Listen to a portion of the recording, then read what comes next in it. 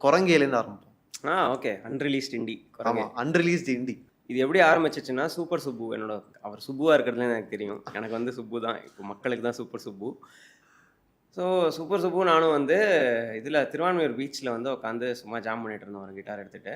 அந்த டைம்ல இந்த டியூன் வந்து இந்த மாரி ஒண்ணு இருக்கு.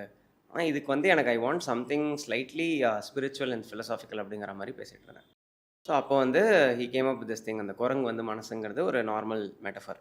பட் அதுக்குள்ள என்னலாம் பண்ண முடியும் அப்படிங்கிறது தான் ஒரு ஒரு இதுவா பார்த்தோம். ஸோ அதோட லிரிக்ஸ்லாம் பார்த்தீங்கன்னா, ஃபுல்லா வந்து அந்த அந்த மெட்டஃபர வந்து எப்படிலாம் எக்ஸ்ப்ளோர் பண்ண முடியுமோ அப்படி இருக்கும். அப்படி வந்த பாட்டு தான் குரங்கே. ஸோ அதில பார்த்தீங்கன்னா, "குரங்கே உனக்கு ஒரு தீனி போடவா" டைரக்ட்டா மனச அட்ரஸ் பண்றோம் அது. கரெக்ட். ஹியூமன் நேச்சர் அட்ரஸ் பண்றோம்.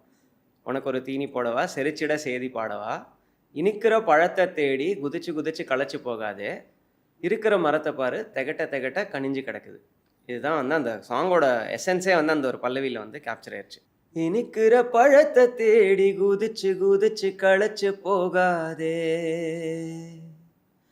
ஓ இருக்கிற மரத்த பாரு தெகட்ட தெகட்ட கனிஞ்சு கிடக்குதே, குரங்கே